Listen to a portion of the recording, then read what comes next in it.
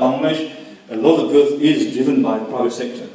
So what government's role is here is to actually give the infrastructure services needed for the private sector to continue the growth.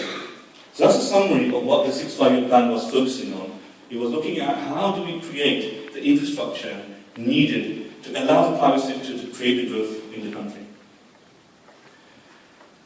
The target is to go from 24% of GDP to 32% of GDP in terms of investment in infrastructure. That's the target, 6% increase. 6% increase for any country is quite a large amount of increased investment. And the next question was, okay, so how are we actually going to deal with that? How will we bring this additional investment into the infrastructure sector?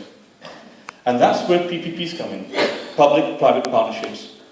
PPP is a term that is quite familiar in Europe. UK started this in the early 90s. Most of European states are doing it. And it's actually a common way of addressing infrastructure constraints.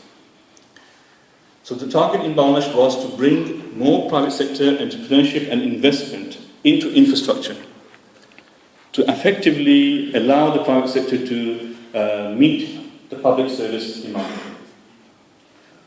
Our target is to go from 2% to 6% of GDP in terms of increase and target about 77% of infrastructure from the private sector.